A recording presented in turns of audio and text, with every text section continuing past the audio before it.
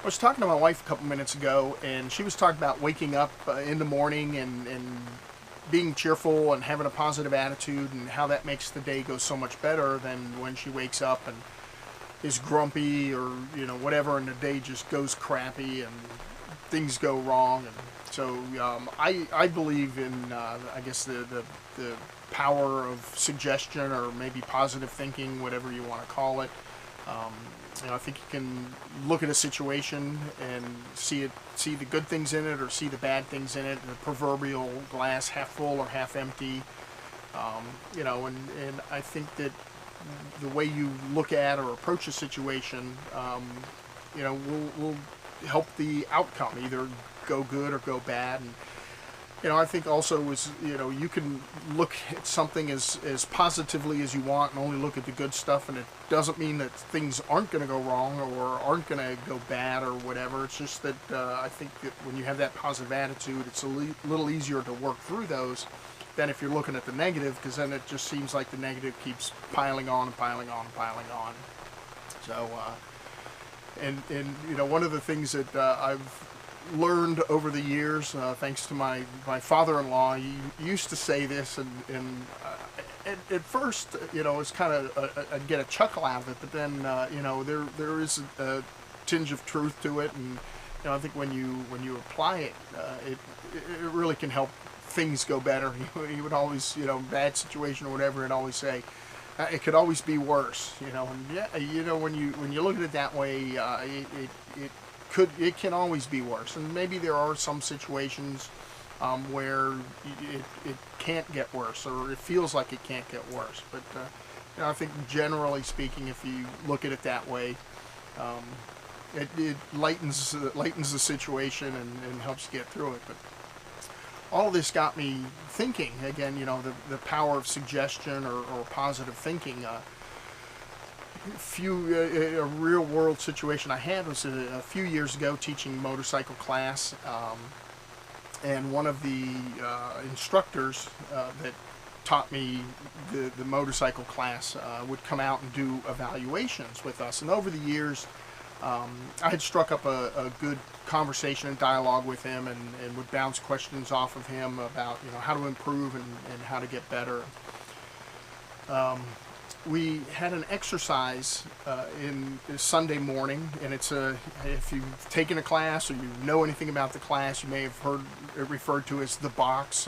It's a rectangular area, and you have to do a figure eight in there. You're not supposed to put your feet down, and it's a challenging move, and people people can get frustrated over it. And remember when I first started teaching.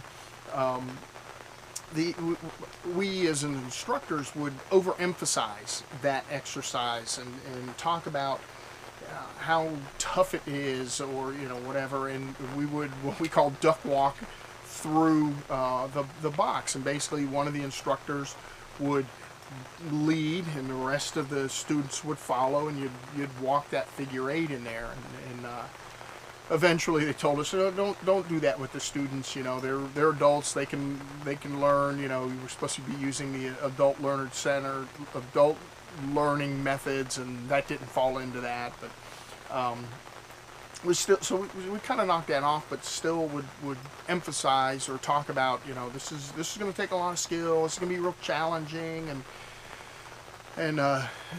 this and that, and that's how we would set the students up. So I think we were already suggesting that, and some instructors would tell the students, this is the toughest exercise we have, and so that's what they were expecting.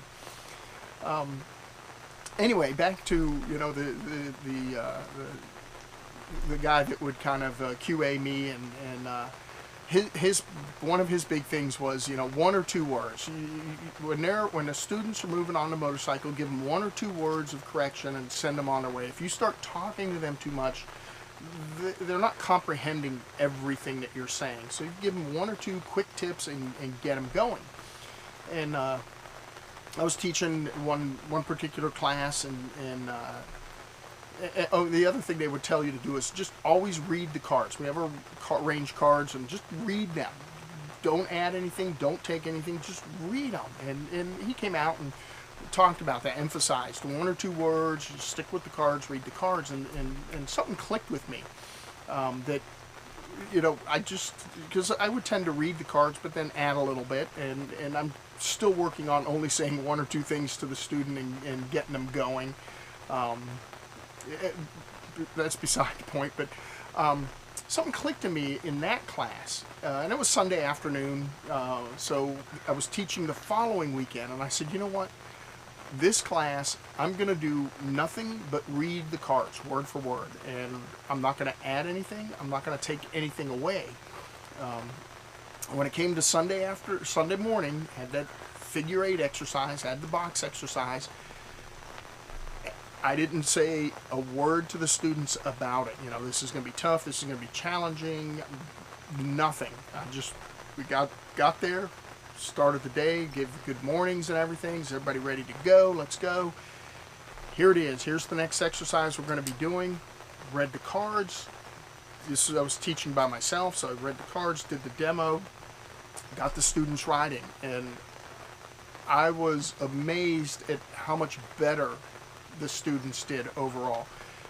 Yeah, they still struggled with it, but overall they did much better, and I think it was because I didn't prime them with, this is a tough exercise, or you're really going to have to do this, and no overemphasizing anything, just telling them, this is what we're doing, now go do it. And I think without that power of suggestion of this is tough or whatever, it helped. And so I try to remember that when we're in the classes, or any time I'm approaching somebody, is not to overemphasize the negative or give them any pre-thoughts about how tough something might be, or whatever. Now, you know, it's not that I'm going to hide anything from them. If something's going to be challenging, I'll let them know, you know, that it may be more challenging or something like that, you know, just to prepare them, but I'm not going to do it unduly. Anyway, it was an extremely valuable lesson, and one that I've applied since then. About the only thing I say now that I add for the morning exercise is that, you know, I tell them I like this exercise. I think it's a great way to start the day because it helps them become familiar with the motorcycle. They had overnight to sleep, and this one helps them get, again, familiar with their motorcycle, intimate with their motorcycle, sets them up for success the rest of the day. I don't know if that helps or not, but I do like to say that because some of them will complain they have heard, and so I try to allay that a little bit by telling them that. Anyway, long story. Again, I think that having a positive attitude and you know, looking at the brighter side of things, the silver lining in the cloud, things like that, definitely helps. So there's my thoughts for today. Hope you have a great evening, and I will talk to you tomorrow.